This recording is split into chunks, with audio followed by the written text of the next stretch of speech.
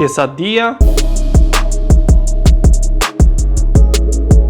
You got to try these beef quesadillas. They are cheesy, packed with flavor and so easy to make. I'll start with the onion. Peel it and slice it into thin half moons. Next is the garlic. I'm using 5 cloves. Peel them and chop them up. It doesn't have to be super fine, I actually liked it a little bit chunky. Let's make the first sauce. I'll add 1 big spoon of light Philadelphia, 1 big spoon of low-fat Greek yogurt and 1 teaspoon of sweet chili sauce. Mix everything together and that's our filling. Looking good. For the dip, I will add 1 big spoon of mayonnaise, 2 big spoon of low-fat Greek yogurt, 1 big spoon of whole grain mustard, 1 teaspoon of Dijon mustard, a pinch of salt and a little dried oregano. Give it a good mix and that's done. Next is a simple guacamole. 1 avocado, a little olive oil, some lemon juice and a pinch of salt. Mix it up and that's all you need. With all the sauces ready, let's get cooking. Heat up a pan really well, add a little oil, then the beef. Spread it out in the pan but don't move it around too much. This is the most important part. Let it caramelize. That's exactly what we want and the flavor is incredible. Take the beef out of the pan, add a little more oil, then the onion. After about 4 or 5 minutes, add the garlic. The beef goes back in, followed by the spices. I'm using cayenne pepper, oregano, chipotle, cumin and ground coriander. Let them cook for about a minute. Add 1 spoon of tomato paste. To keep things simple, I'm using frozen vegetables. They are easy, they save time and they work perfectly. Cook them for a few minutes, then add about 100 milliliters of water to bring everything together. And that's our beef filling. Perfect. All that's left is to build the quesadillas. I'll start with the spicy cream cheese,